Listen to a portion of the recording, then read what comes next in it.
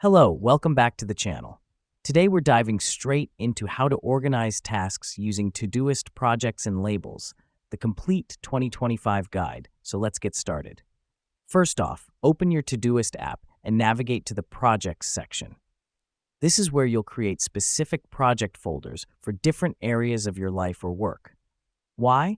Because having a project for each area will help you concentrate on one thing at a time, reducing overwhelm. Now that we've done that, let's move on to creating tasks within these projects.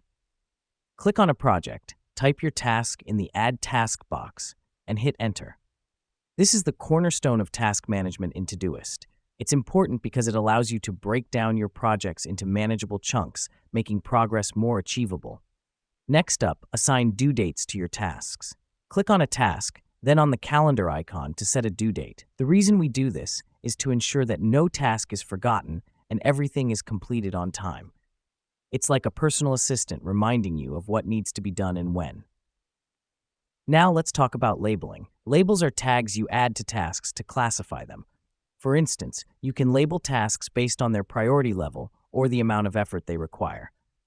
To add a label, click on a task, then on the Add icon, and type your label. This helps us because it allows us to filter tasks and focus on specific categories when necessary.